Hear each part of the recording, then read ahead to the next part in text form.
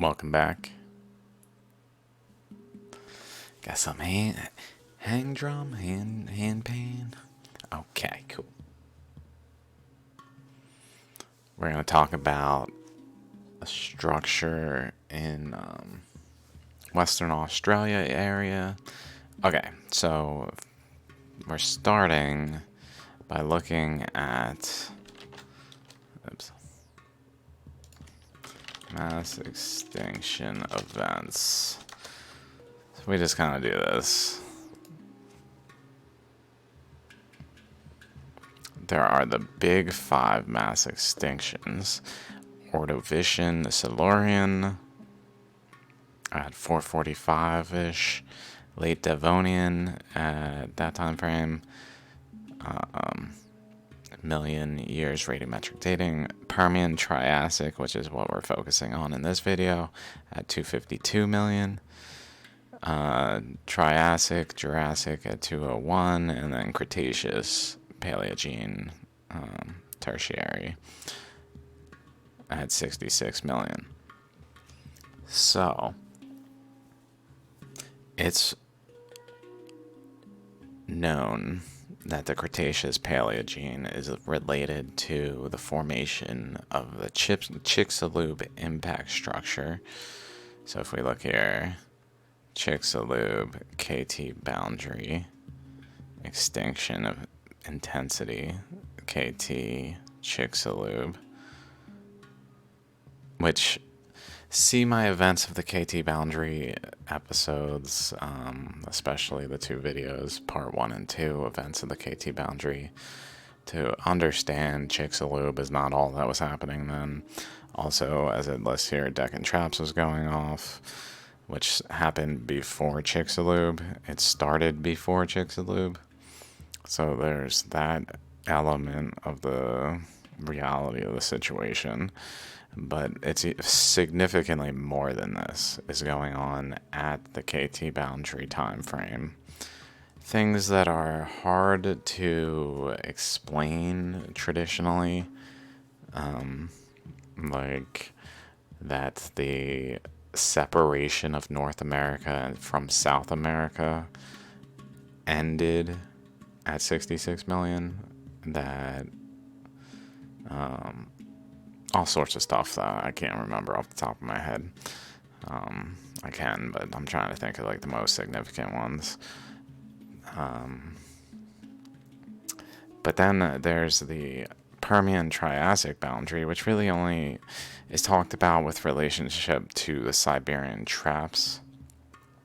So it's kind of anomalous in that way, in that Chicxulub is at the KT boundary, whereas at the PT boundary is no impact structure according to modern science, and then the Siberian traps. So it's really the Siberian. Anytime someone's talking about the Permian Triassic extinction event, it's related to the Siberian traps eruption in Siberia. Whereas at the KT boundary, anytime someone's talking about it, they're talking about Chicxulub. And Deccan Traps sometimes gets an honorable mention, but it's really associated with Chicxulub. So if we look at this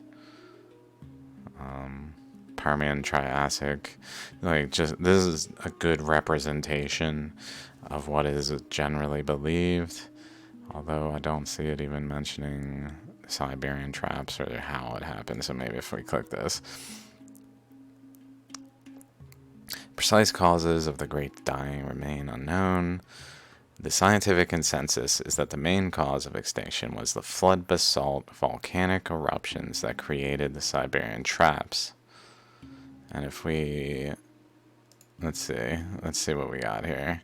Pinpointing the exact causes of the Permian Triassic extinction event is difficult, etc. Volcanism, Siberian traps. So we can go past that. Large igneous province here.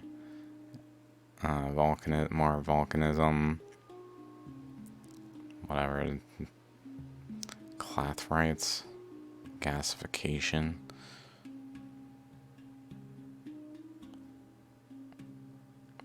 considered as a cause because scientists have found worldwide evidence of a swift decrease of about 1% in the carbon-13, carbon-12 isotope ratio in carbonate rocks from the end Permian. That's interesting.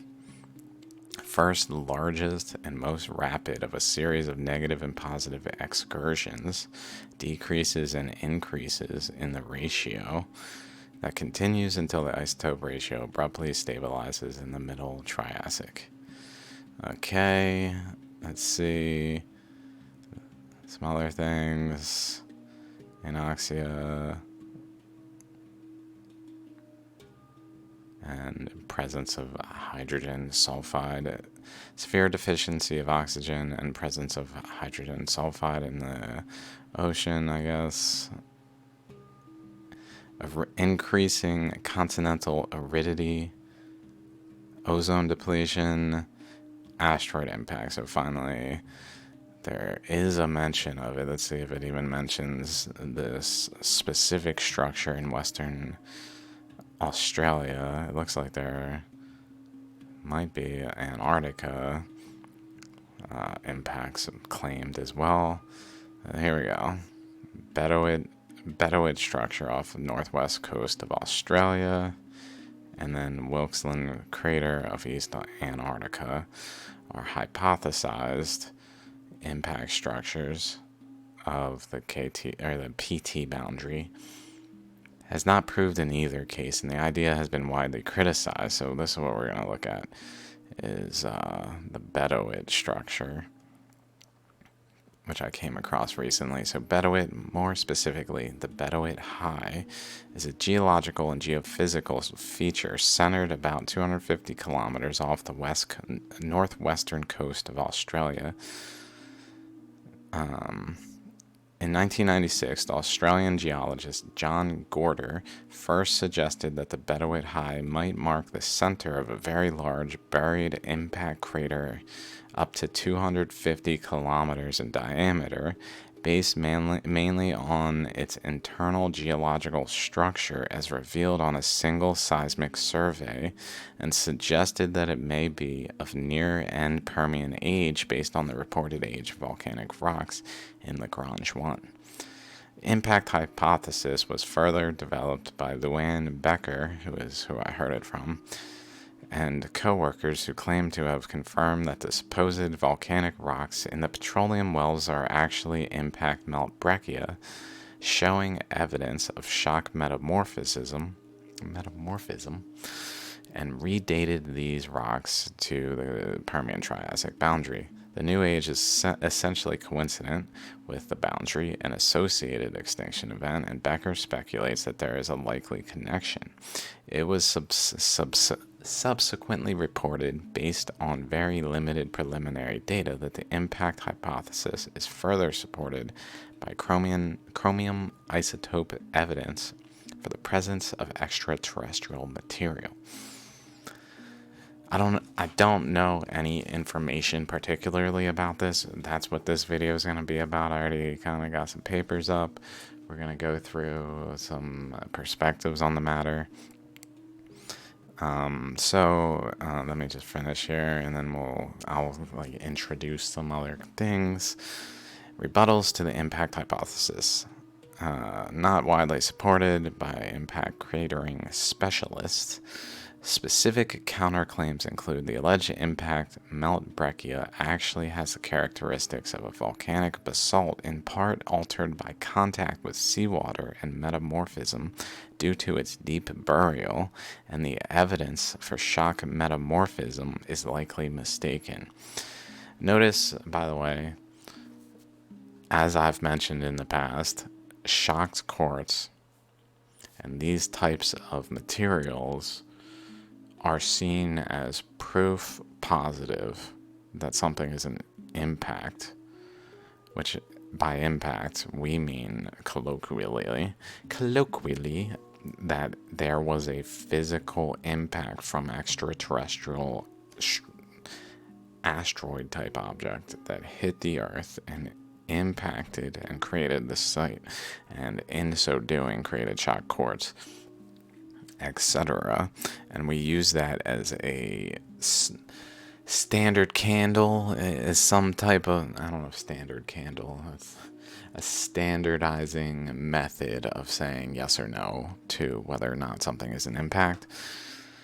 It's not a foolproof method, as we'll get into. A crater of the purported size would have produced a widespread layer of ejecta, but no such ejecta is evident at the nearest Permian-Triassic boundary sites in Australia. This one's really interesting, which we'll get into.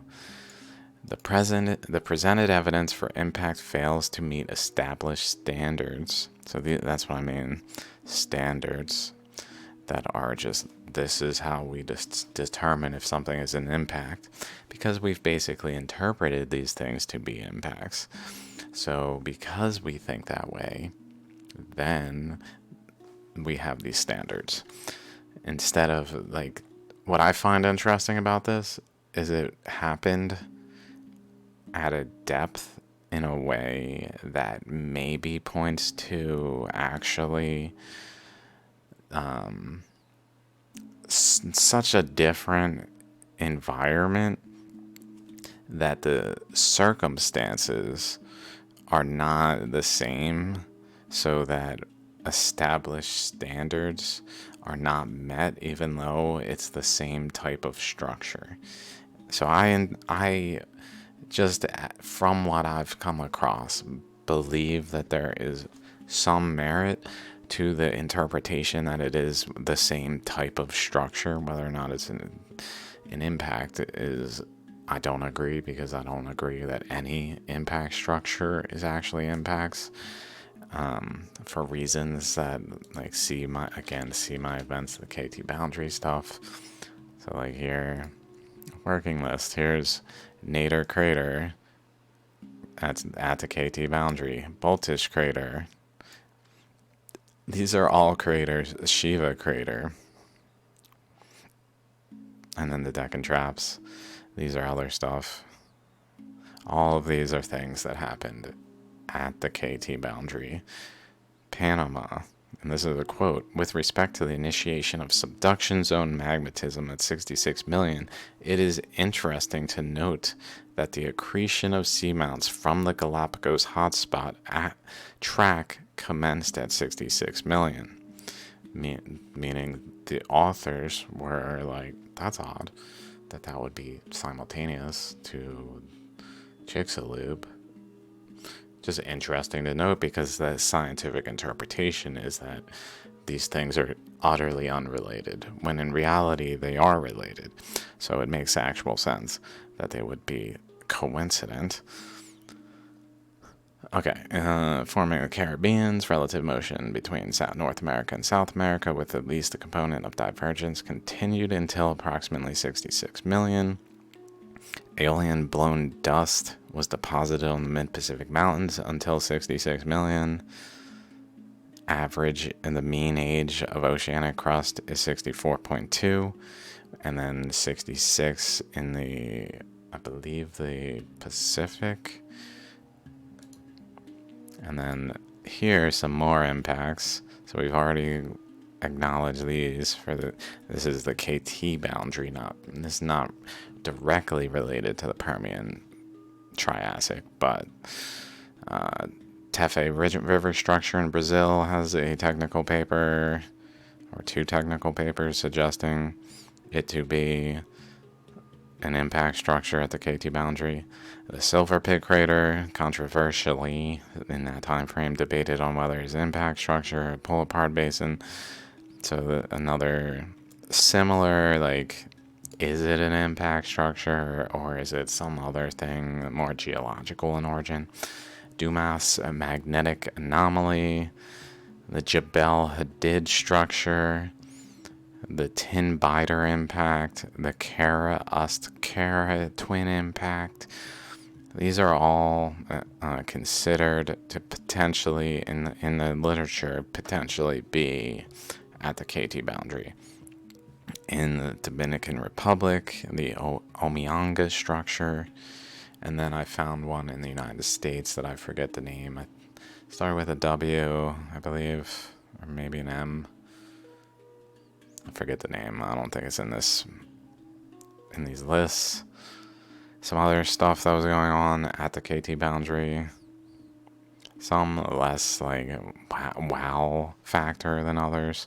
More rocky boulders in New Zealand, 8 to 66 million.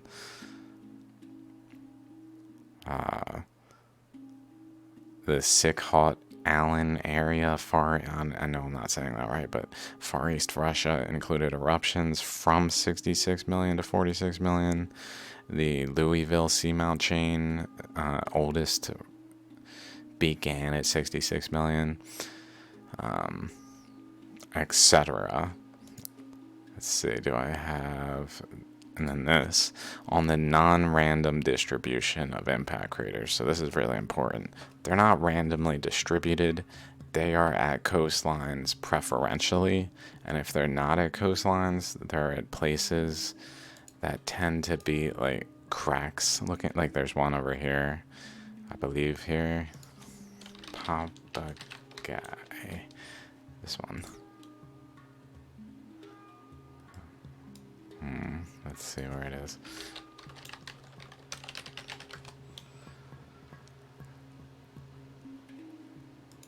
Maybe that's not the one I'm thinking of then. Oh yeah, that's gotta be it. Let's put it like this instead. Oh. That's not the one I'm thinking of then. I think there's one over here, or along structures, although this is kind of along this structure.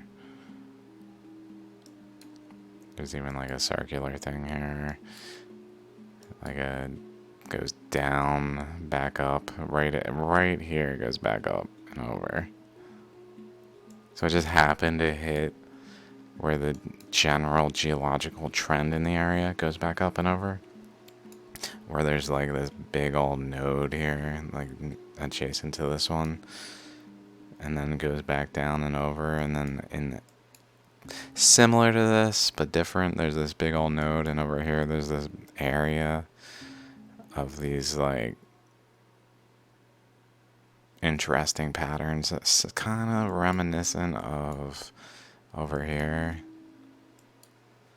in Bighorn Basin, next to Yellowstone and Bighorn Mountains between them, which I've in the past called like a separator to like a cathode anode, where the anode is like a hot magmatic Yellowstone and the cathode is like a dense cold Bighorn.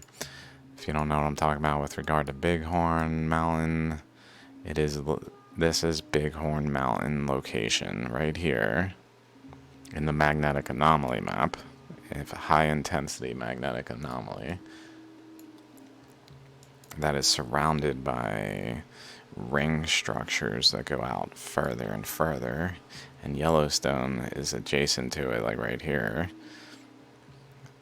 Basically like a positive and negative with a separator region of Bighorn Mountain, which also happens in Hawaii, where they have Mauna Loa, which is magmatic, flowing, hot, and then Mauna Kea, which is not erupting presently because it's a dense mass that at one point maybe had some volcanic nature to it, but has really become like a positive negative cathode anode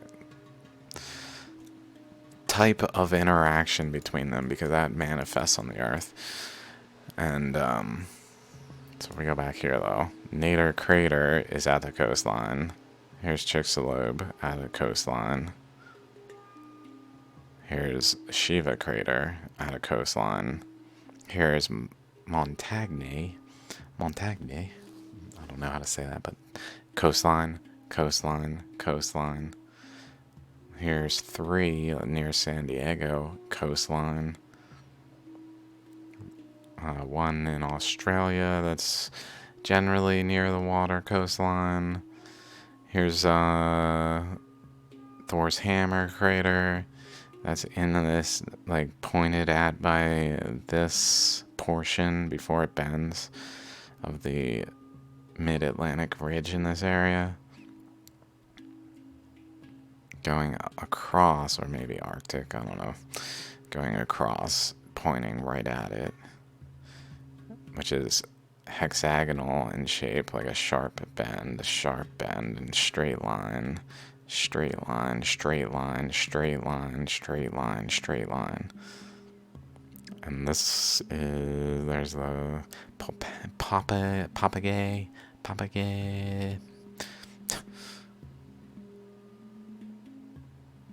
which, that's right. That's what it was. It was on the boundary of this, like, hexagonal structure that physically is like this, generally speaking. So, like, here, over here, over here, and then some trend lines. So if we look at this here, it's generally along the side of this hexagon, which has trends going this way, and then over here going this way.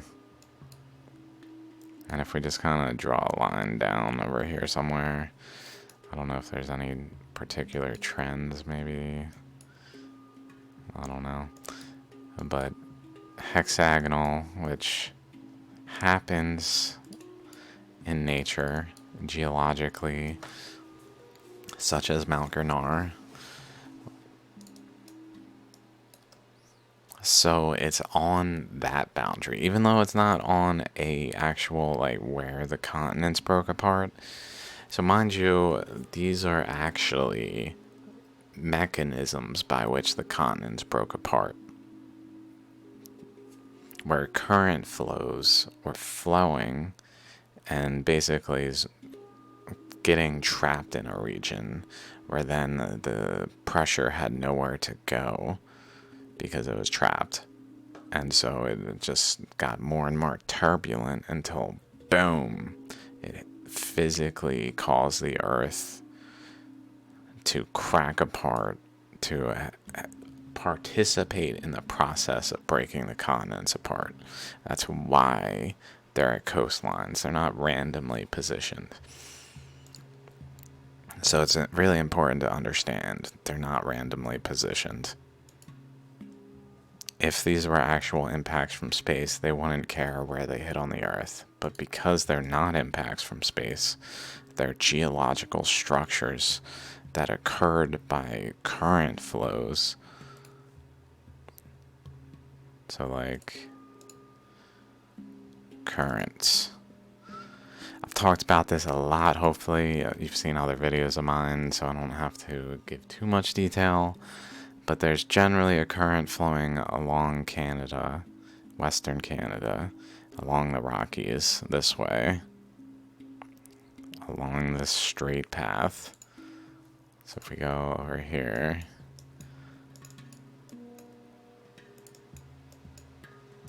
I talked about this in my last episode, so feel free to watch that one.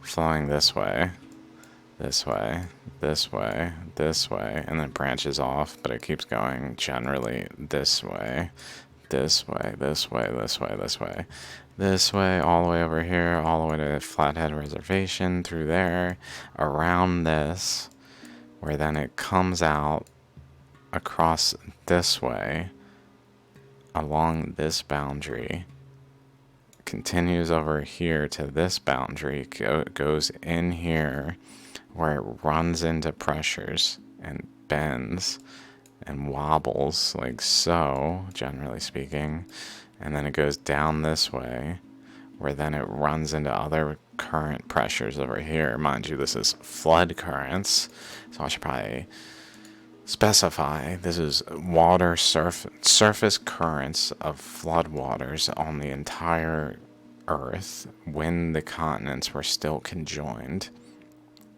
before the Earth expanded, because the Earth does not function under plate tectonics either.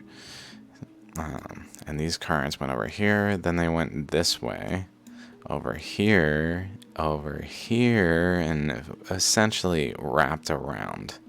got trapped in this location where they wrapped around.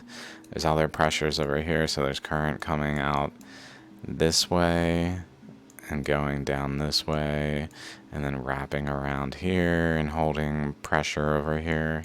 So this current can't as easily go out here, although it does go out these ways at some point. There's also a current over here. The entire swirling in an eddy atop the Michigan, but reaching to the Appalachians.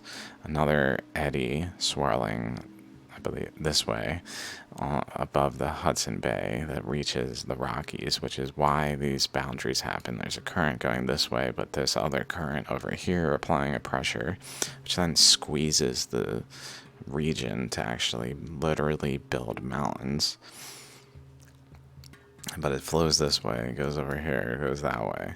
So that's what we're looking at when we look at this, is that current going that way, and then going over here, branching out also over through here, interacting with the focal point of energy that ends up being ultimately Yellowstone, but interacting with it along the way, going over here, interacting with that eddy at Michigan, where it deflects over this way, and then going over here where it swirls inward, swirls in Chicxulub. So it creates Chicxulub, although I might not position that quite right. That's what's going on, is current flows are at play. But the thing with Bedout that I found most interesting and wanted to talk about is its location.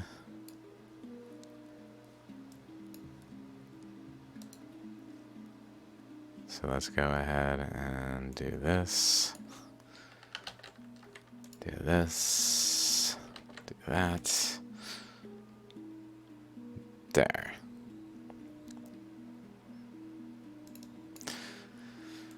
So, if you've seen my other videos, hopefully, notice again though, it's at the boundary.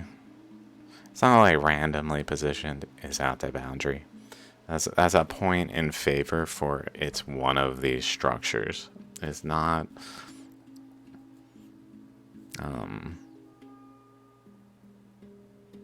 shock quartz is not the only way to decipher if it's an impact structure, because they're not. First of all, they're not impacts, but besides the point that they're along a boundary of a continental shelf is a point in favor that they're one of these structures. See again the non-random distribution of impact craters that I just had here, which I have videos on as well. Probably, I'm pretty sure it's titled something like this. Maybe that, the non without the on. Not randomly positioned. Mind you, this is long before I ever heard of Bedout. This is September 26th, so a year and a half ago almost. September 26th, 2022, a year and a half ago.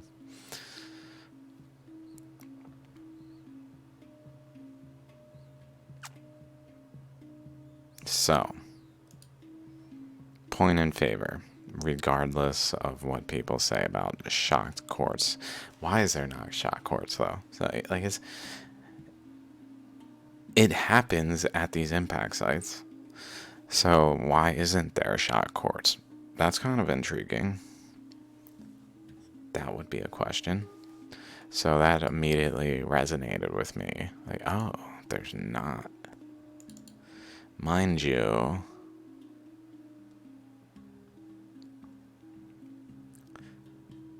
Australia was once conjoined to South America and North America on the eastern coast of Australia, where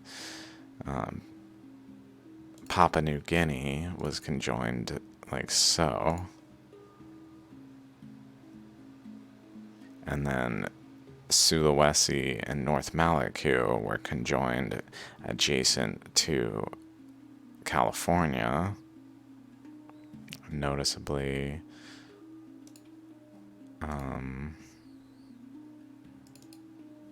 very much like mirrored effects. They've got very Sutter Buttes, Una Una Island, this huge basin region, huge basin region. They've got actual patterns in the continental shelf region around California that align with patterns in the Sulawesi North Maluku region, suggesting a relationship. They've got a like three-pronged bay of San Francisco Bay, and then Banggai Islands, almost like a inverse.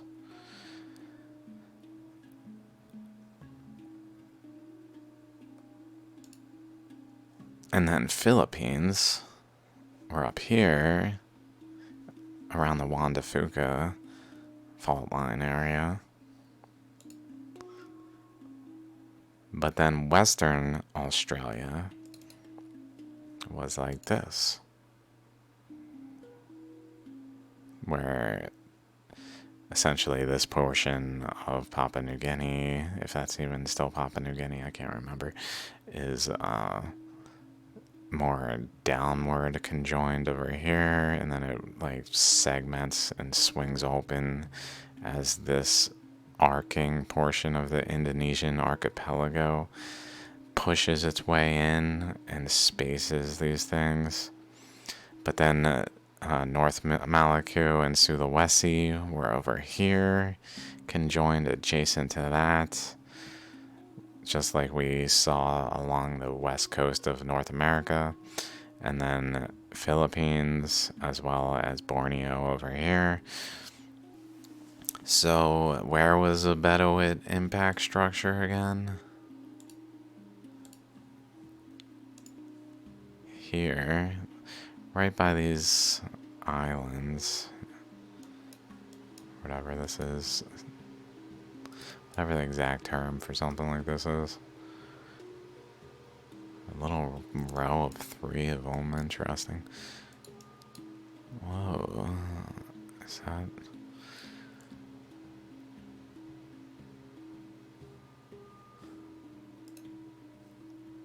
right here, right around here.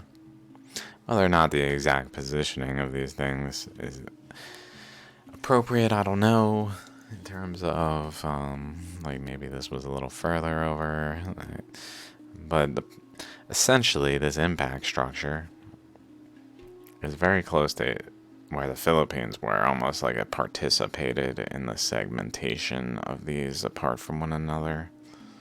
Like it, essentially, the Earth behaves like a fractal system in a very real way, where it acts not just like a large planet, but also like atomic characteristics happen on the surface of the Earth. So when Papua New Guinea broke away from North America, like I don't call this broken bonds across the Pacific just for funsies. Like there's literally a broken bond imprinted in the seafloor right next to Baja California and imprinted into the shape of Papua New Guinea.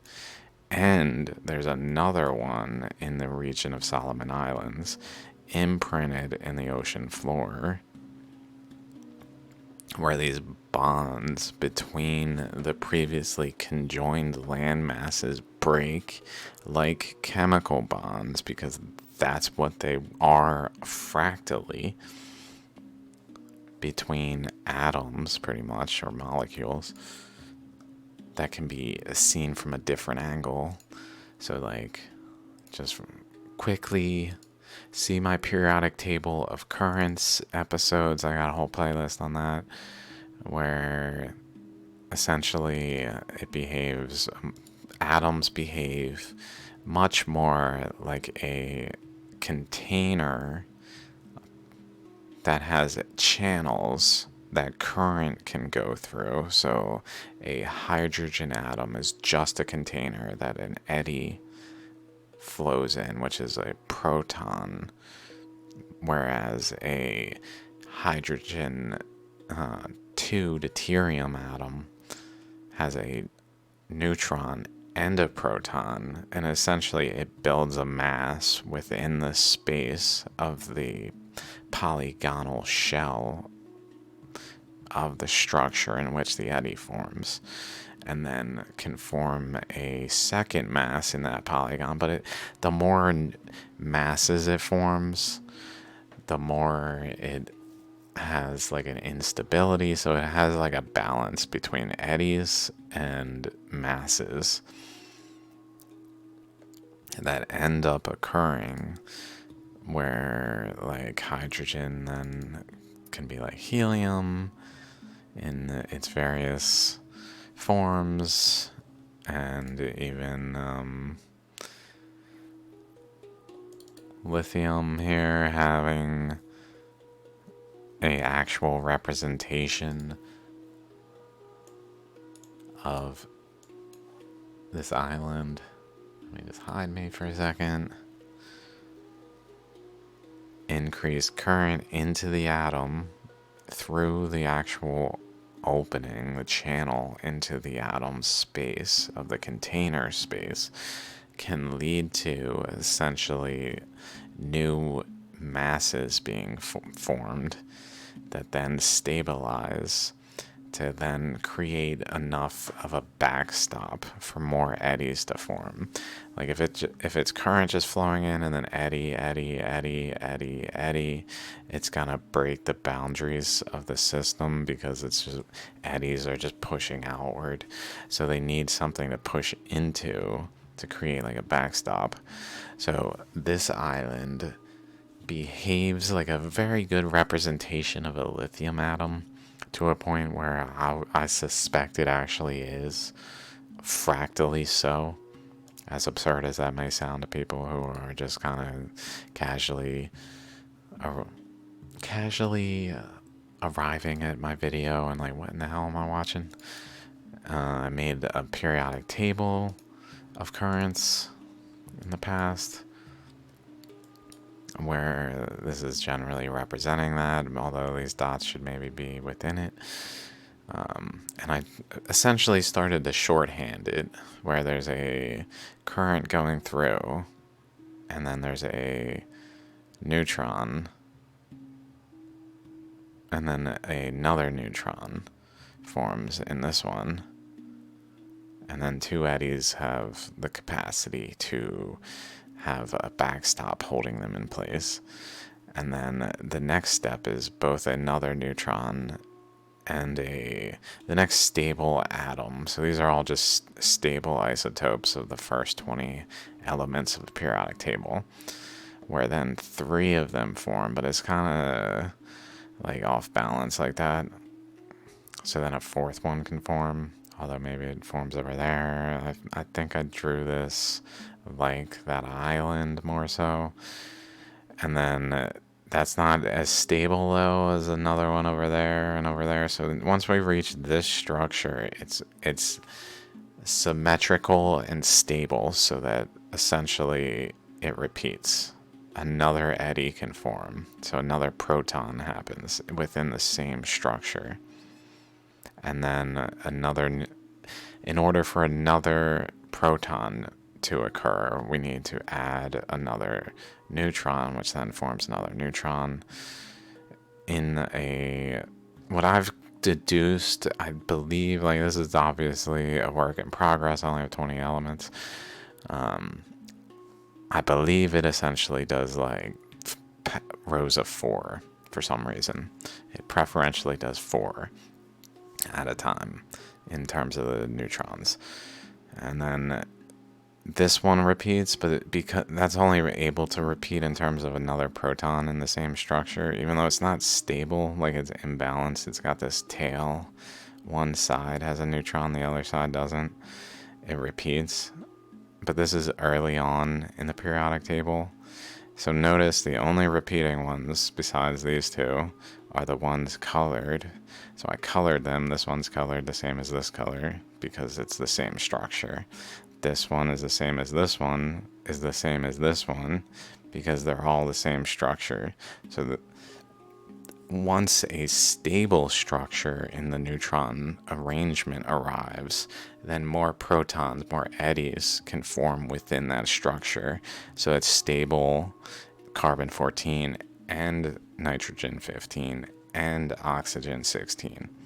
But then 17, this arrangement, only oxygen has it, fluorine doesn't have it, neon doesn't have it. And then there's an actual pattern that emerges where this structure is the same as this one, is the same as this one. But notice if we go here, or we'll keep going. It's a little too early in the periodic table where this structure, fluorine, only has one stable isotope. Nitrogen adds another proton, so it's got another eddy to then have the capacity to produce more neutrons. So then it has another stable isotope. And then it skips to the next actual symmetrical structure where then another proton can be added. And then another proton can be added, another eddy structure within the container, so that this same structure repeats, but its sodium then only has one stable isotope, just like fluorine, where it goes it adds two protons, and then this stable isotope exists, but it only exists for neon, and then another actually symmetrical stable isotope occurs where then it can support three structures, and then another unstable arrangement where it has a tail again only can be within magnesium, and then it reaches another stable symmetrical structure where it repeats again, but aluminum only has one stable isotope, etc. It does that again for silicon, phosphorus, sulfur, where phosphorus only has one stable isotope, and then the sulfur jumps over through a bunch of stable isotopes where three of them are symmetrical. And then this one is not. But then once it reaches this one, it has this one again, which has this one over here for chlorine and for argon. And then the 20 arrangement of neutrons has 20 again for chlorine. So chlorine has both 18 and 20. And then so does argon, 18, 20, and then potassium, 20. And then we reach a point where then we're going back to the unstable. So it goes back to in terms of a tail, and then it goes to another arrangement where then I just convert that. It's two dots, and then 5 rows of 4.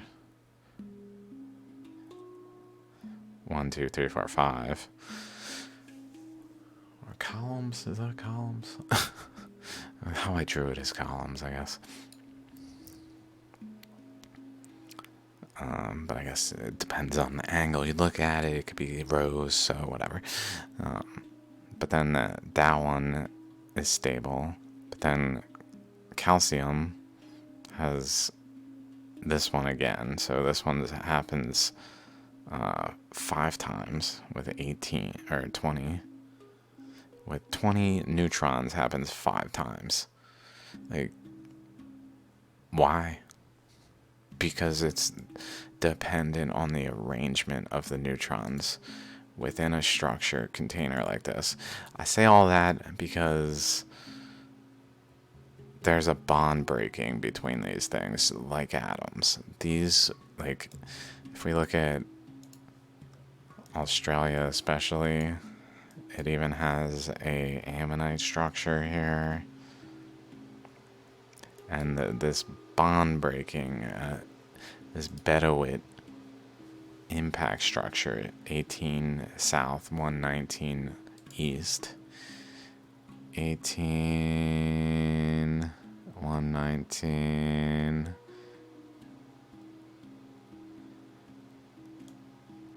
It's around here.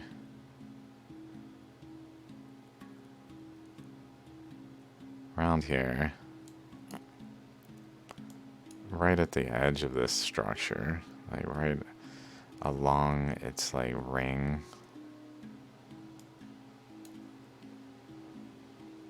Right around there. Coincidence? Notice this huge valve looking thing over here.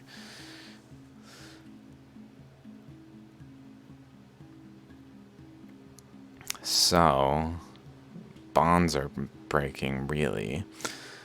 Okay, so now that I've kind of shared my perspective, like, it's probably an impact structure, but the thing is, it's anomalously weird because of the circumstances where Philippines were here. And they're over here now. So maybe it moved, so like the pressure wasn't quite enough to create shock cords. Like this participated in removing, like separating the Philippines enough. I'd have to look at, I did an episode on the Exmouth Plateau, Large Igneous Province, and bunch of Large Igneous Province episodes on Ontong Java Plateau, etc., Shatsky Rise. But this one, I believe, is more like 150 million radiometric dating, and maybe even more recent. Mind you, this is the flood and not actually... The flood started at what dates to 541 million years radiometric dating, and ended at what dates to the Holocene, even though it was a short time frame of, as described by ancestral narratives. It is essentially the radioactive decay of the planet. Like I mentioned, it behaves like an atom, where, and just like a star supernovas, where all of its... A supernova of a star is considered to have all of the atoms simultaneously radioactively decay. In a similar way, the Earth, because it's seen from a different angle, supernovaed, and it underwent massive amounts of radioactive decay that is no longer occurring because the Earth expanded to a new radius due to the flood and other reasons, like complicated stuff that I'm not going to get into. See my Earth's Undercurrents video for a short synopsis, whatever. Synopsis? I don't think that's the right word. Synopsis. Short description.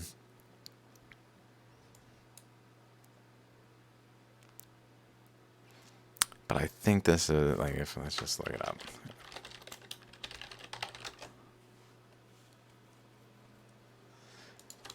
Large igneous. Maybe this is probably good enough.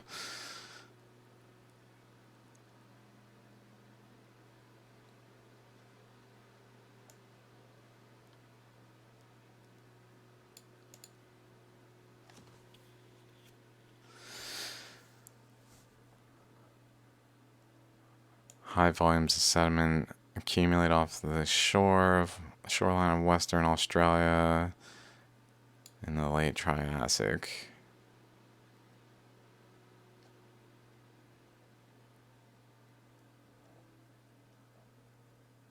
Don't really see anything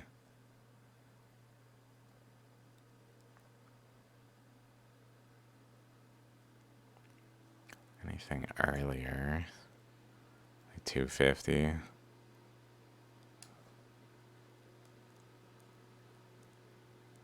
$241. So it looks like once the Philippines started to move away, just started to, by this bond breaking. Essentially, if you see my, let's see what it's called. YouTube. YouTube studio content. Welcome, new subscribers. Thanks for subscribing. Appreciate it, guys. Hope I don't disappoint with my clearly different thinking than others. Possibly riding the waves. It's probably this one, 363. Starting with 360, but I think it's 363. Maybe not that base. Oh yeah, there we go. Yeah, probably that one then.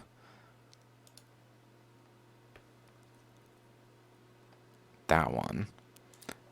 For more details on that region over here. So essentially I considered, because Philippines were over here, and I have interpreted that a current was flowing up this way, that perhaps got in behind the Philippines and severed it from Australia from behind over this side when it was over here, then that would mean that the current was flowing this way. And so I considered it from that angle. Does the data support that it essentially had a current flowing this way that participated in the formation of this, while the Philippines are here, like physically backstop here, that then the current ran into and deposited material? So like the considerations, essentially it supports that interpretation. The evidence supports it, is what I concluded from my analysis. See my analysis that I presented.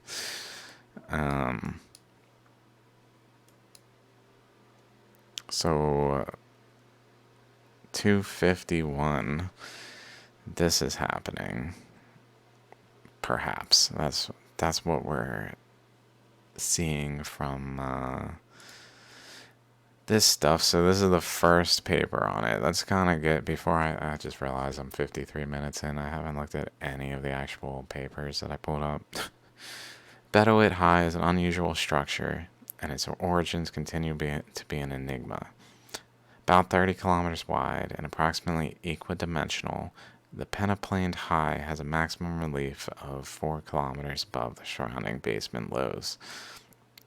The structure formed during the Bedout movement, an event of uplift, faulting, tilting, and mafic igneous extrusion and intrusion that is most intense in the Bedout and Rowley shoals subbasins, and dated as late Permian. The high was a topographic feature during the early and middle Triassic. Lipsky inferred a pre-Triassic down to the northwest fault bounding the high trough, or the high, through which the volcanics extruded and formed a large volcanic island located over a mantle hotspot. Before I read everything, let's just get over here. I speculate that the Bedout High is the uplifted core of a circular feature formed by the impact of a large extraterrestrial body with the Earth near the end of the Permian. So this is the first reference, 1996 in this paper, or this paper, Speculation on the Origin, by Gorder, John D. Gorder. And then more recently, Luann Becker et al. The Bedout High, located on the northwest continental margin of Australia, has emerged as a prime candidate for an end Permian impact structure. Mind you, something I just wanted to, before I forget, the Permian, or the Cretaceous Tertiary boundary when Chicxulub occurred is perhaps antipodal to the Deccan Traps. So Chicxulub, Deccan, Traps, and Typical. It says we're not, but that's based on the current structure of the Earth and plate tectonics, so it's hard to say. And when the Earth expanded, whether or not they actually were, they're relatively antipodal or antipodal to a point where it's possible that they generally occurred opposite to one another on the Earth. I don't think that this would be antipodal to Siberian traps over here, though.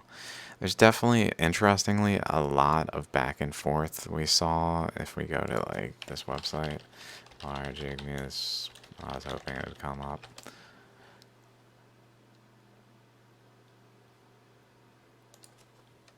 .com, maybe? I don't know.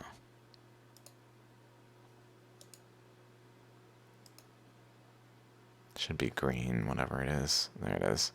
If you go to this one, and probably this. No, I don't know where to find the list.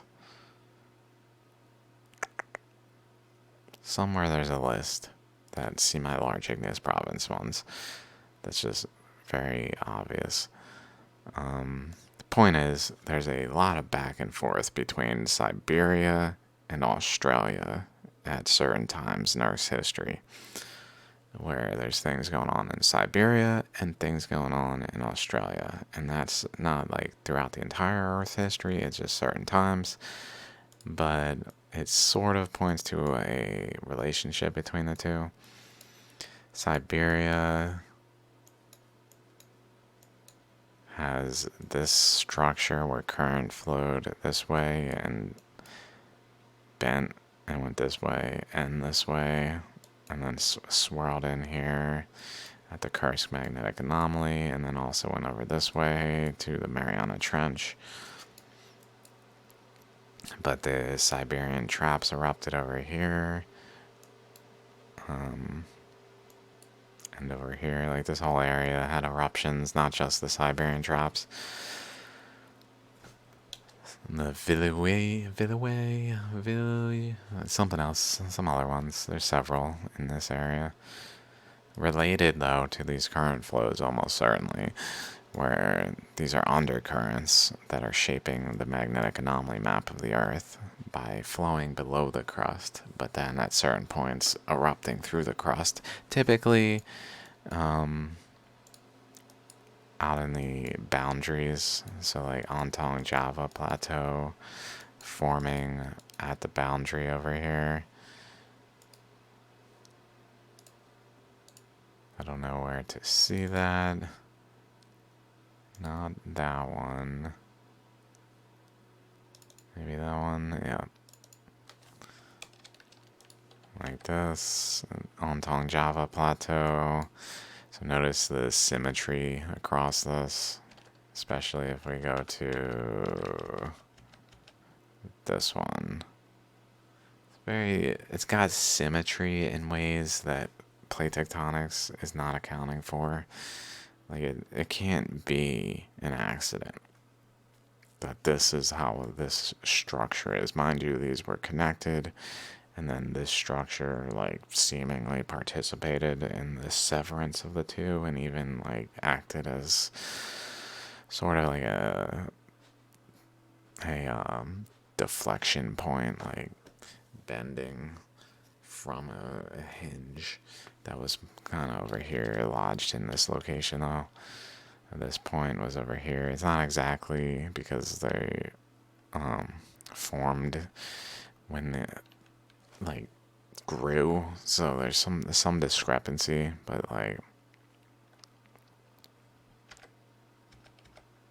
the Ontong Java plateau formed here, as did the Manihiki and Hikurangi plateaus, which were all a single unit according to Ontong Java Nui hypothesis, which is definitely the case. They formed as one unit.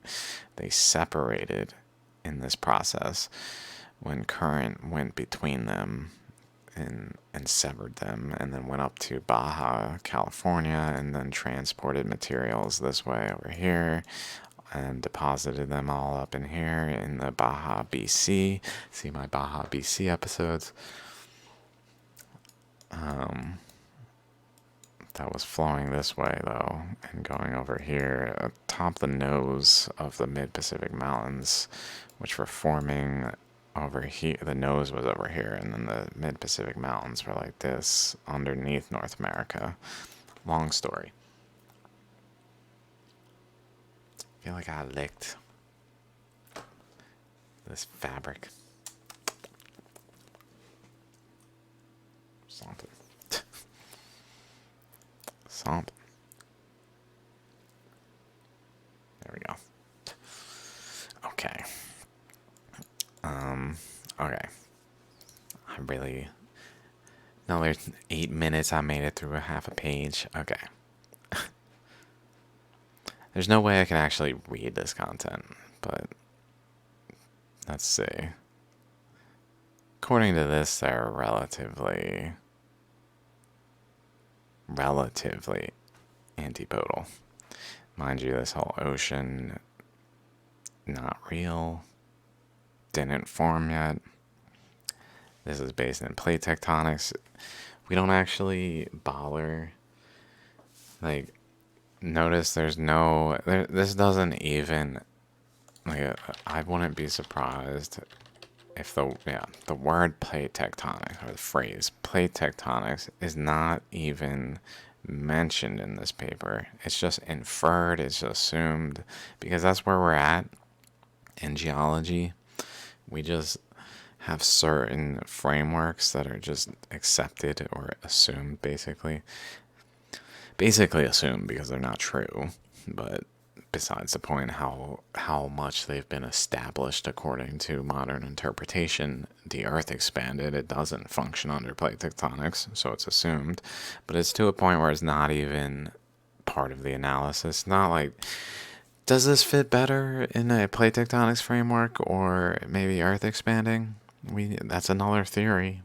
We really only rejected it because we didn't understand how it could have happened.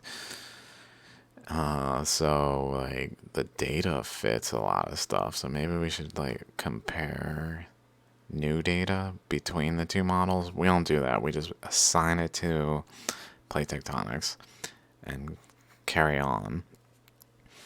So it's like that's there is just not true. It never existed. There wasn't that ocean. But maybe there was like a time frame when the Earth opened up in like the Asian region and some Paleotethys ocean occurred and then it closed back up. I'm not really sure if even that happened,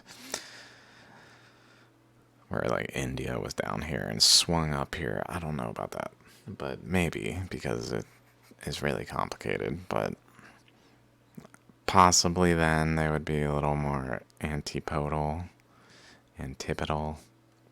to maybe actually be in a way where Deccan Traps and Chicxulub at a later time were antipodal. I'm not sure how they would be otherwise, unless there were like changes in the Earth along the way, which probably happened. Like different stages of the Earth expansion process were basically what the different extinction events were.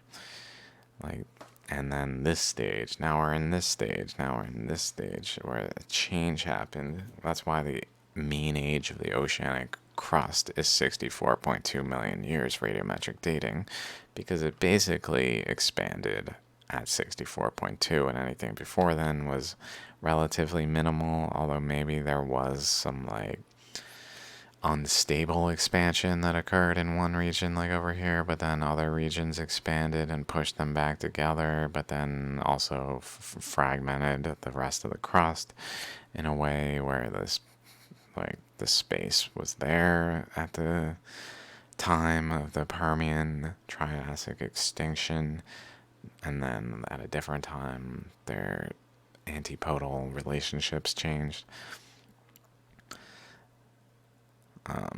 cause of the catastrophic mass extinction at the Permian end of the Permian has been the focus of considerable debates. Becker et al. And others have presented evidence that a major impact was associated with the extinction of 90%, greater than 90% of marine taxa. The evidence includes fullerenes with extraterrestrial helium and argon, meteorite fragments, iron, nickel, silicon, metamorphosed grains, and of probable meteoritic origin. Mind you, I guess I closed it episode like 362 or something. Whichever one's about the meteorites or meteor found somewhere in Africa that didn't make an impact crater. Like there's no sign. It just kind of is laying there. In that video, I discuss how the Earth's expansion process emitted it, like a excited electron can emit a photon. It emitted it, or like a radioactive decay can emit a beta particle or whatever exactly it emits. In certain circumstances, the whole range of radioactive decay, and so did the Earth. It emitted particles, which is fairly certain Nader crater had a emitted particle of the Bennu asteroid. It really is just too cool to not be true. Maybe that's not the best judge of accuracy of that one. It's hard to say. But it even has characteristics that would like make sense for a photon. See my Bennu and the Jets or something episode. I'm pretty sure I called it. Bennu and the Jets. That one. Okay. So let's just go to the conclusions of these and kind of read through the different papers, at least the long ones. Discussion. We have presented geochemical, geochronological, biological, and petrological evidence that links the Bedout structure. Okay, before I read this, real quick, this is worth noting.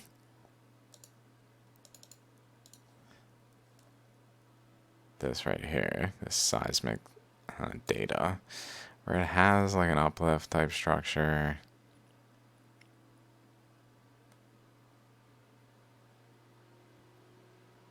And then this is a higher level. So early Cretaceous is up here. Blue and Permian unconformity. Intra-Triassic horizon is green. So they're pretty much saying the end of this like impact looking structure is Permian, and then it starts to flatten out and become more just like layered atop it across time to like hide the impact structure so it's visible in seismic data. Okay, so there is like evidence of some kind of structure here. It's just a matter of what it is, what caused it.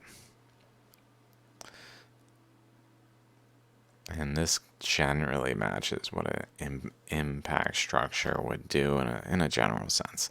It's a little angled, which is a little surprising, maybe. That's not more sideways.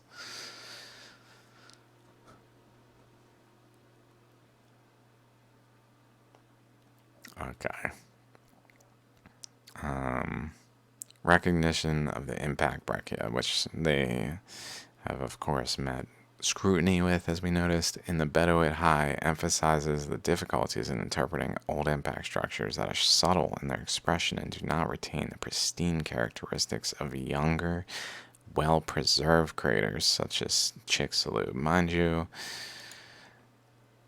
this Philippines breaking apart from Australia was around 150 million, a lot of stuff going on. So current flows were definitely going through this area for like a substantial period of time following the Permian Triassic boundary. So it would kind of make sense that it would be more hidden in that regard. whereas Chicxulub occurred when the Earth rapidly expanded.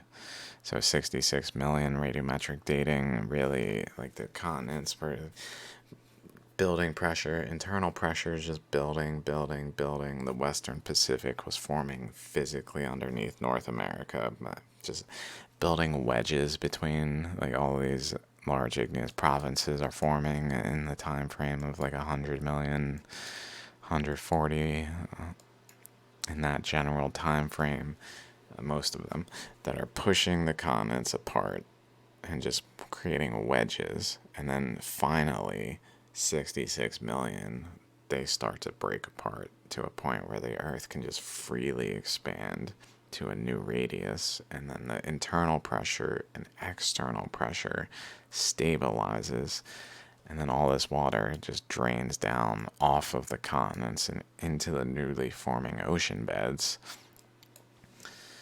where there's also evidence of like hydrothermal vents and differences in the heat flux of the ocean floor in terms of pre 66 million and post 66 million radiometric dating that shows there's an actual change in the heat flow of the ocean floor after that time frame. Doesn't make any sense for plate tectonics. Why would it? It's pure coincidence. That's what. If we're wrong about something, then we have to just like continuously assign coincidence, time, and erosion, and just coincidence.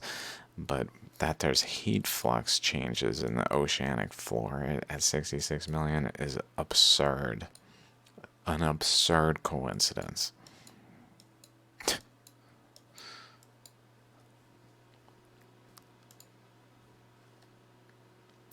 So then the currents that are flowing on the Earth through the crust of the Earth are able to flow into the ocean and have more space, so they slow down.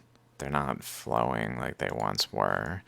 When they were flowing on the surface of the Earth, they were flowing rapidly to a point where they were literally building mountains between them at their boundaries and moving entire continents and chunks of landmass along the surface of the Earth until the Earth expanded enough where the currents slowed down and had less pressure pushing on boundaries, so that then things stop happening as readily until essentially the Holocene, when it really died off and stabilized, when the process really reached a substantial equilibrium, and essentially the Earth went through a reaction type of thing where it was in one equilibrium transitional phase with an activation energy that was sufficient for the particle to change, new equilibrium, where all of the things that were happening in the transitional phase are not happening anymore because a new equilibrium has emerged. So it's not like the Earth is still expanding. It went through this process and expanded, and now it's stabilized. Even though it has like centimeters of expansion that are measurable, it's not doing the same thing in terms of yearly. Yearly, like a centimeter or something of expansion that can be like actually documented. But even though that it does that, people are like, Earth doesn't expand. It's like, dude, even now there's evidence. How are you gonna deny a concept when it's doing it right now? That's the dumbest you guys are so lost in consensus. It's ridiculous. It's out of control how lost in consensus we are. So, available drill cores have sampled only the upper portion of the impact melt breccia and contained mostly highly shocked materials. The shocked pressures recorded in the Bedout core were sufficient to produce these things, requiring a certain amount of pressure. And like I was just saying, pressure. That's not here anymore. And the silica glass, they were too high to preserve planar deformation features in quartz, but sufficiently high to form these other things and perhaps this hexagonal diamond. Thus, other samples from the Bedout High may produce additional evidence of shock, assuming that suitable targets. So notice their focus on shock because that's like the standardized approach, established science of the impact structures is to say, shock quartz, check. We found another one. That's it. Mind you, this is a confirmed impact over here. This is a confirmed impact. Which, if you look at just this, it's like, okay. But notice there's another circle right next to it that's got like a boundary there, but generally a circle. And right there, and right there, and then some other like segment over here, another segment over there. Fill it in, some other segment there maybe, or a bigger one even out here, like petals of a flower. Are those part of the impact structure, or are we just wrong that they're impacts? There's another one here. And then over here, these are considered impacts. And they were originally thought to be simultaneous, but they're dated to like 100 million years difference. Clear water craters.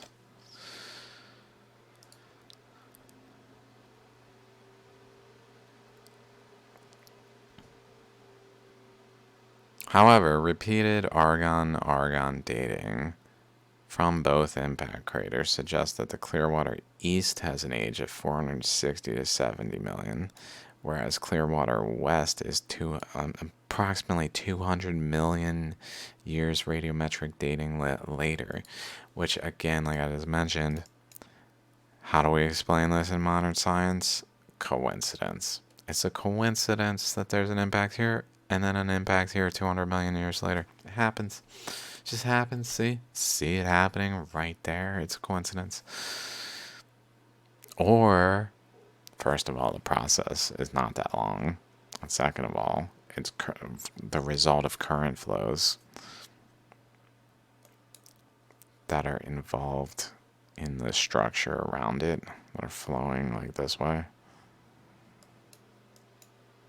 And I'm wondering if there's like an up-down, like right here. We see down this way,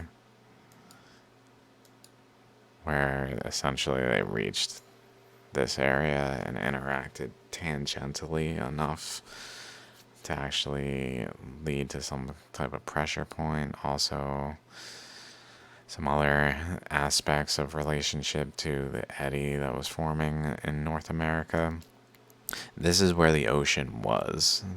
Like, the Canadian Shield is the old ocean of the pre-expansion Earth, ocean floor, that has since been uplifted by this process of undercurrents below the crust that physically flowed below the crust and built up enough material to uplift this to make it an actual continent now, whereas new ocean floor was formed over here. This was Earth's ocean. See Earth's undercurrents in other videos. I forget, stigmatized, another, I think I called it. In that area, that one, whatever that number is, the ones around it are generally about this area. Something about a galaxy, maybe, or the universe, even.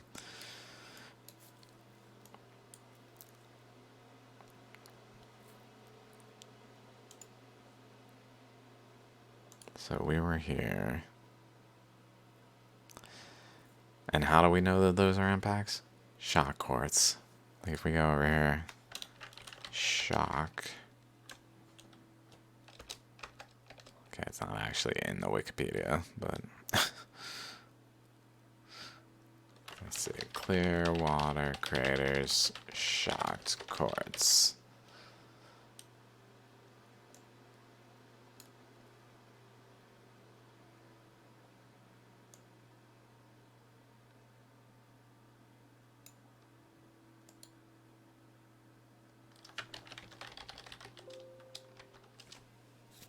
I don't know what PDF and quartz. No shatter cones, but we got shot quartz. We got enough.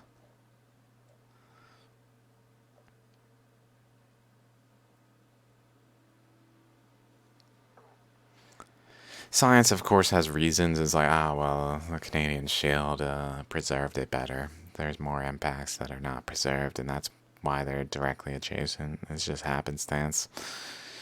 It's just happenstance.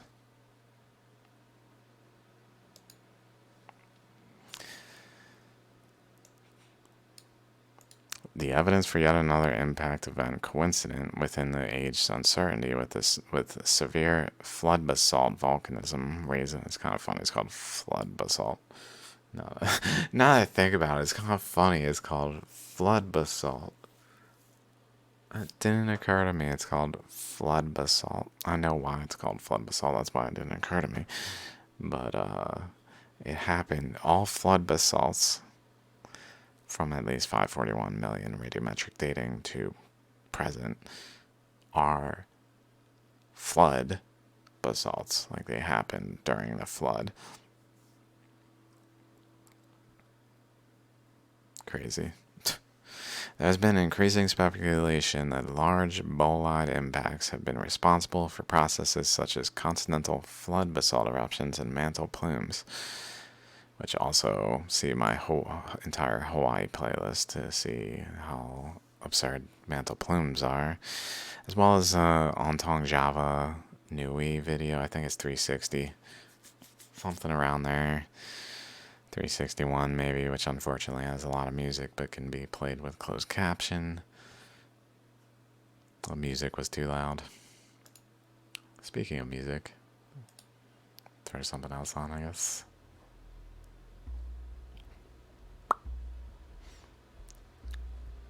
Present models suggest that an impact may induce a volcanic outburst if the bolide strikes a pre-existing hotspot. However, the probability of such an event occurring is extremely remote. In the case of Chicxulub and now Bedout, the crater locations are opposite rather than exactly antipodal to the position of the volcanic province. Whoa, that's crazy.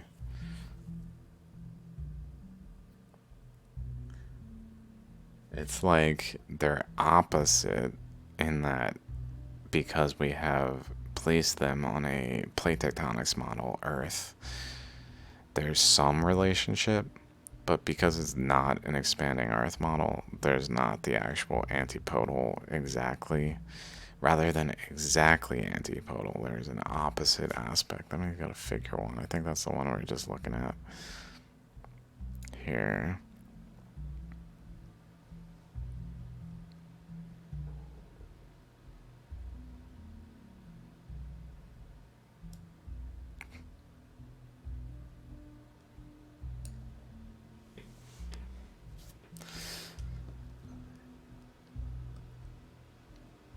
To the position of the volcanic province, Deccan traps and Siberian traps. Indeed, Melosh has calculated the amount of kinetic energy needed to create the volume of the Deccan traps would require this many, or twice the amount of kinetic energy generated by the Chicxulub impactor. Although, mind you, Deccan traps started before Chicxulub. Yes, it had different phases where there's like a certain amount of flood basalt released before Chicxulub, and then it kind of goes up afterwards. So there's like 70% of the total flood basalt of Deccan traps is after Chicxulub, and it like increases in rate after Chicxulub, but it was already occurring before Chicxulub. So how could Chicxulub impact cause it? Unless, like I was saying, it's more like current induced, like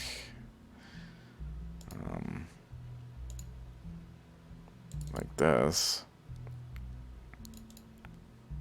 I'll just choose one.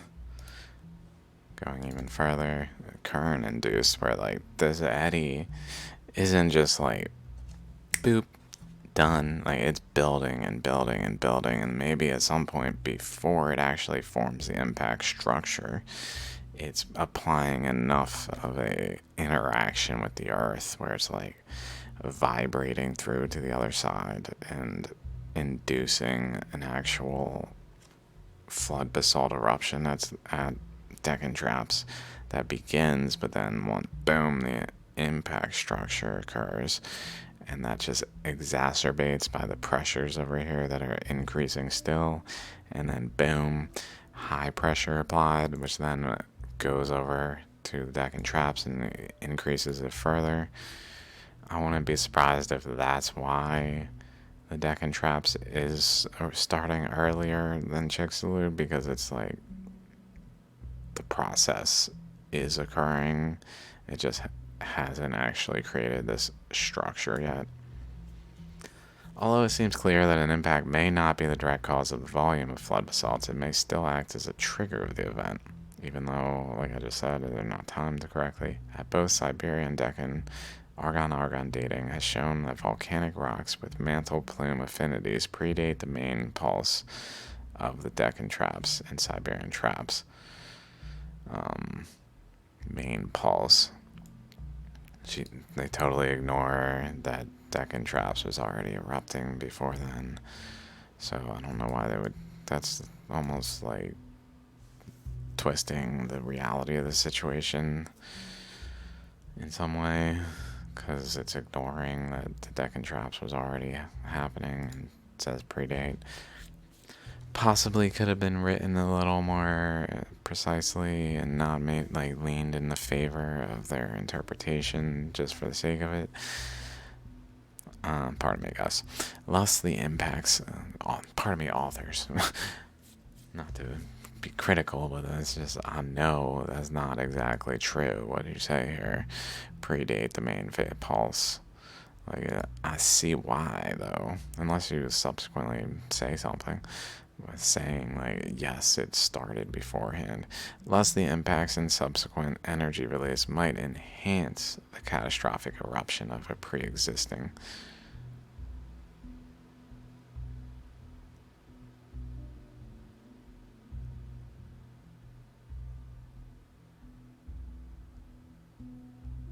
Okay, maybe I misread. I was thinking shown that volcanic rocks with mantle plume affinities predate the main pulse. I don't know. I'm not sure exactly. There may still act as a trigger. I'm not sure if they're trying to suggest it triggered the event or just, like they say here, subsequent energy release might enhance the catastrophic eruption of a pre-existing mantle plume. New models may need to be considered to properly assess, identify, and confirm or deny extraterrestrial impact events, and to further understand the impact process and its relation to severe volcanism and mass extinctions in the geological record. Comment on this paper by Andrew Glickson. So this is a response to this paper. I believe it's this one, Bedout. Yeah. Nearly a decade ago, Gorder suggested that the first one suggested that the Bedout Basement High offshore Western Australia might represent an impact structure. We're at hour 29. Let's see. Is there a conclusion? I doubt it. This is a pretty short one. So, recently, Becker et al. As part of this. Okay, so without just like going through their synopsis, their summary. I don't know why I keep saying that. I like big words I don't know the meaning of. The diagnostic hallmarks of extraterrestrial impacts include 1. Shocked minerals, displaying planar deformation features. That's what PDFs was on that other one. I was like, PDF? Like, is there something to click here? For example, in quartz, feldspar, and zircon, the presence of high-pressure mineral polymorphs such as coesite and diamond, megascopic shock structures, for example, shatter cones and melt breccia, and chondritic chemical signatures, in particular platinum group elements. A study by the author, that's interesting, platinum group. Maybe if these are related to like eddies forming at boundaries, maybe they kind of like shallograms bring certain materials to the center of the eddies and actually differentiate materials in a way where there's like platinum group elements found in high concentrations around these. A study by the author of this comment suggested that the volcanic breccia sampled in the interval from there meet none of these criteria. The rocks consist of metaglass bearing hydromagmatic mafic volcanic breccia dominated. Okay, so they're basically saying no, we don't see what you're saying. The figure presented by Becker provided no suggestion of intracrystalline PDF elements, nor planar deformation features, nor are measurements of crystal orientations reported. Instead, the principal argument presented for impact effects hinges on the suggested existence of diaplectic feldspar glass around and within plagioclase. Okay, so they're just arguing against the compositional reasonings. In the absence of the unique criteria of shock metamorphism, invoke novel petrologic and geochemical arguments for an impact connection for the Bedout breccia, including high silica glass, spherulitic glass, feldspar compositions, presence of magnesium ilmenite, carbonate class with fragmented ooids, and coexistence. That's interesting. Those are like sphere.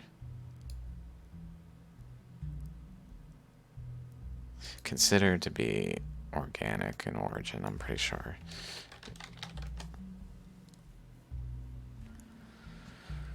Sand or other nucleus is coated with concentric layers of calcite. Oh, okay. I feel like there's like a biological relationship to these. Are these not biological?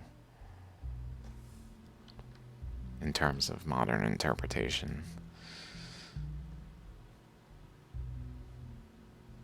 I don't want to go into it too much. That was ooids. If you saw that picture there, those little white things coexist with titanium-rich silica glass with titanium poor luminous silica glass.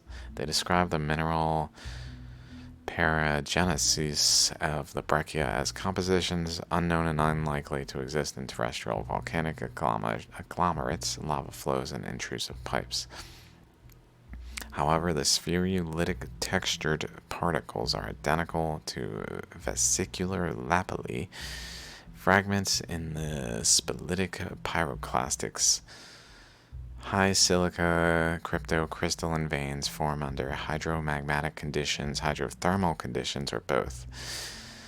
Magnesium ilmenite is known in ultra-basic and alkaline xenoliths and is no criterion for impactites. Likewise, liquid immiscibilities, which are observed in heterogeneous volcanic magmas, offer no criterion for impact melting. Becker et al. Refer to the breccia in part as a product of magnesium-rich sediments, dolomites. However, apart from the pristine igneous textures of the breccia, the transition elements, blah blah blah blah blah, are consistent with iron-rich basalts, but exceed common abundances in carbonates and marls. Carbonates. Becker et al. Thus have identified no impact effects at Bedout. The circular gravity structure in the presence of flanking rim synclines around the Bedout High justified drilling into the basement that underlies the breccia to test the origin of the... You can't just deny it completely. Like, this whole thing is denying it completely and then saying, I have no alternative.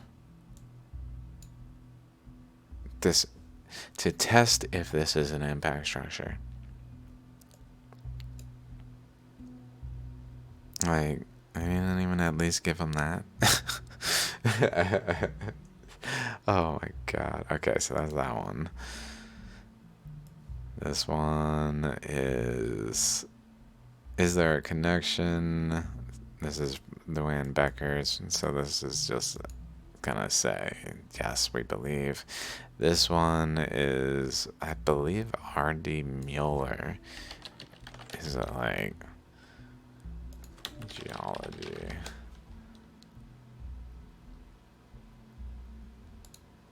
Is the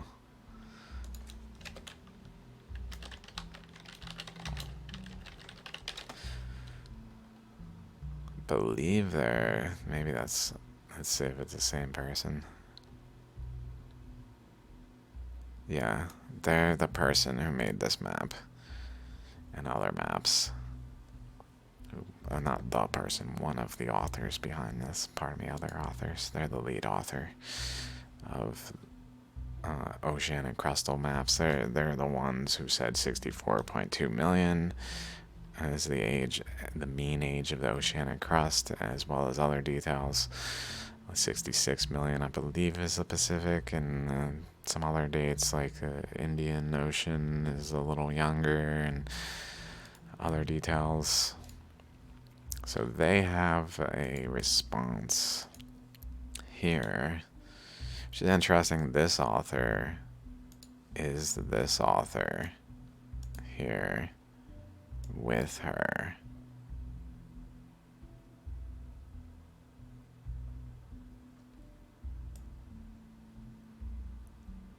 Let's just read the conclusion. The basement and crust in the Roebuck Basin have a number of features that make it distinctly different from other basins of the northwest Australian margin, I guess. Rapid crustal thinning from 34 to 12 kilometers, thick crust over a distance of 100 kilometers. The presence of a thick layer of magmatic underplating in the lower crust are among these features. The meteoritic impact may have been one of the possible causes to have triggered upper mantle melting and generation of the voluminous underplated layer. On a finer scale, seismic velocity variation along the basement is consistent with speculated impact-related effects. However, existing seismic and potential field data do not allow accurate estimates of the size of the area affected by the meteorite impact. So in this paper, he is the lead author in saying it's an impact. Let's see, published online. Okay, this is 2004. This one is 2005. He's an author in this one. Very strange, because this one says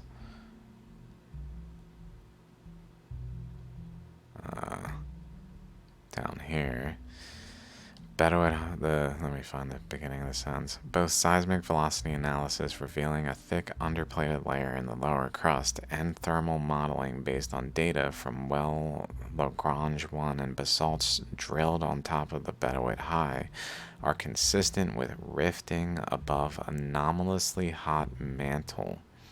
The available geophysical and geological data. So notice how in these like borderline circumstances where it's like kind of looks like an impact, but it like science hasn't accepted as one, that what do we find but a alternative where it's consistent with rifting above an anomalously hot mantle. Undercurrents, rifting, bonds breaking. So it's actually connecting the two, even though science isn't like doing that. It's actually connecting impact structures to the breaking of continents apart from one another. As we talked about before, how they're not randomly distributed. They tend to be positioned at continental boundaries or just boundaries of structures where current flowed. The available geophysical and geological data are compatible with an interpretation of the Bedout structure as a basement high formed by two consecutive Paleozoic and Mesozoic episodes of rifting, roughly orthogonal to each other, associated with basin formation east and west of the Bedout High, but fail nearly all unequivocal criteria. Unequivocal, like his shock quartz is proof. Unequivocal, boom, even though it's not even true. Pardon me, guys. Okay, maybe scroll through the images real quick. There's X Smooth Plateau. There's Bedout High. X Mouth. I don't know how to say it. It's a weird name. I feel like Muth. X Mouth? Like, what? So there's that structure again, and we can see it here. So it definitely is some kind of interesting structure.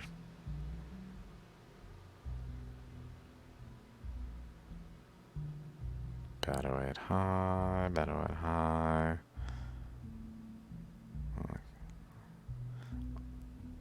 Seismic basement velocity of available refraction profiles.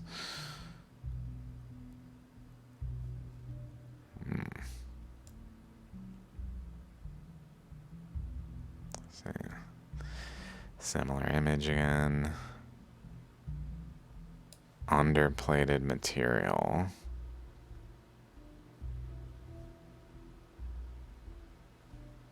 Moho. So I guess the moho is this dark red color that goes down here, probably. Undercurrents area. Seem invisible down here. Interesting.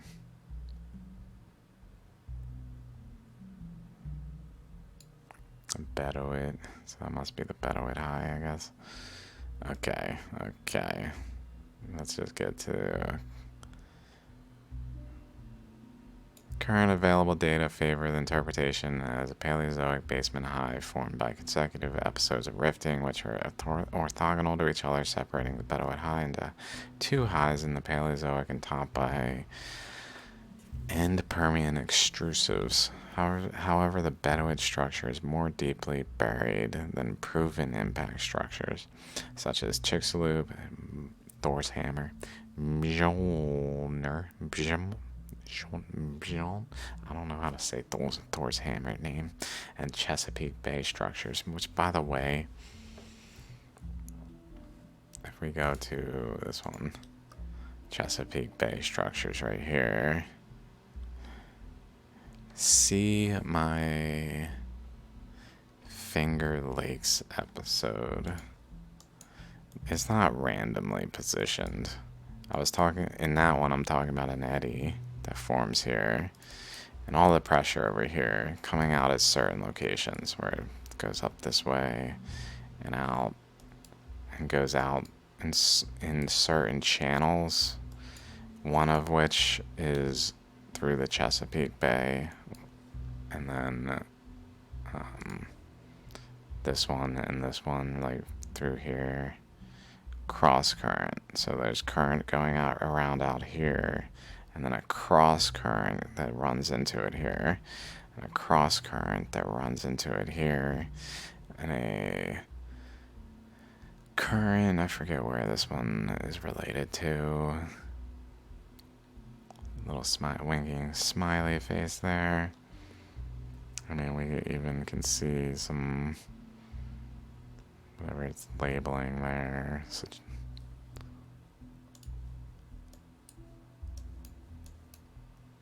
It must be like here, right here.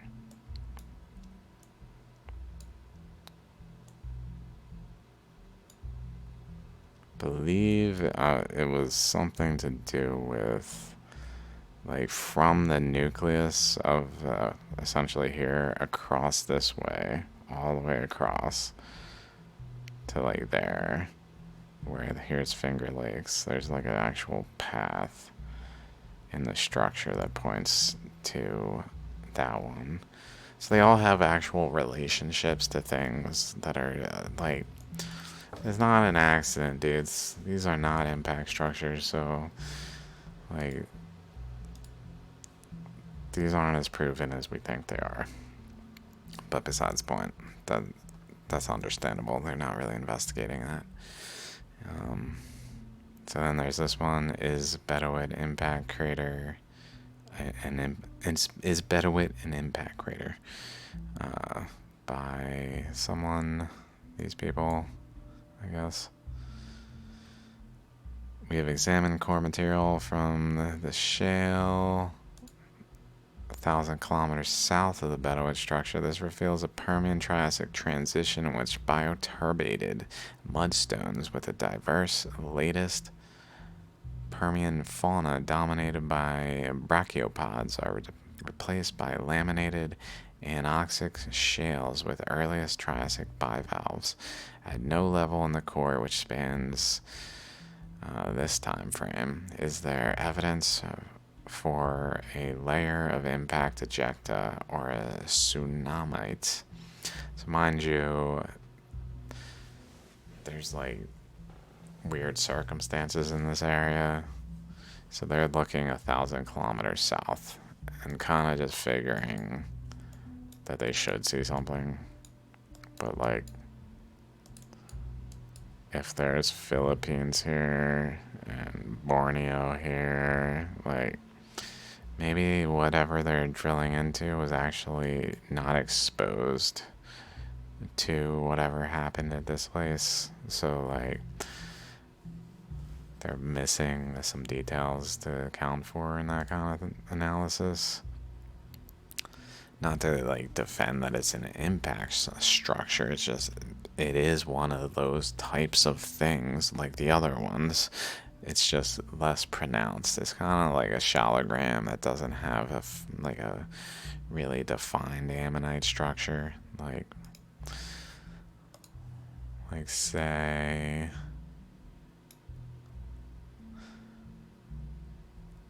I don't know where the one I'm thinking of is. I might have hit this one. So like the front of this one has an ammonite. The back has an ammonite too, though. Here, it's just really not defined because it didn't form enough. So like a scientist, paleontologist studying ammonites might look at this and be like, well, maybe that's a piece of one, but like this, I don't see an ammonite here. I don't see like the chakra structure of the shallogram like these there. Like these are defined. This is not defined, but it really has the forming chakras and the forming ammonite mass and the lobes forming but not formed in this side. Because of reasons, like because there's another current flow over here that's applying pressure through the rock, so that pressures pushing in on this side aren't able to actually etch a full-blown ammonite structure. So this is what we see. Similar to that, sorry if that didn't make any sense and you haven't seen my shallogram videos. See my shallogram videos. Yeah, definitely want to see my shallogram videos if you haven't seen them. Whole playlist starting more recently is probably better, but certainly by like 150-ish number, like underground science episode. It's pretty well established what's going on with them. So see my Shattering videos. We suggest that either the impact did not occur in the late Permian to early Triassic interval, or it is not an impact crater. So, like I just said though, like maybe the structure was blocked in ways that they're not accounting for, so it's hard to say if their argument, considering how far away they looked, may not like really account for that. Response. We agree with Wignall et al. That the study of cores from the Permian Triassic sections in Western Australia potentially provide a valuable test of the hypothesis. What is at issue is whether any of the existing cores or well logs, including that, contain a complete record across the boundary. Okay, so they're basically arguing their position in response, I guess. In many of the onshore basins that are proximal to Bedout, much of the Permian and early Triassic section is missing. Onshore basins that are proximal, missing up to 2 kilometers in some basins, like it was eroded away or never deposited, I guess. Wignall et al. Also state that this is closer to Bedout than some KT impact sites northeastern Mexico are to the Chicxulub crater, and thus should have some preservation of an impact ejecta layer. So that's kind of their argument as to why it should have the data, I guess. The distance between Havia 3 and Bedout is about the same, not closer as that between Chicxulub, so they're just kind of responding. This is them. Finally, the absence of iridium. Okay, let's just see what this one is. Report having identified buried impact structure. Scarcely extended the suggestion made by Australian petroleum workers. Our scrutiny of the alleged evidence indicates there is no substantiation that this alleged structure is an impact crater. Gravity map actually highlights the differences between Bedout and the confirmed impact structures.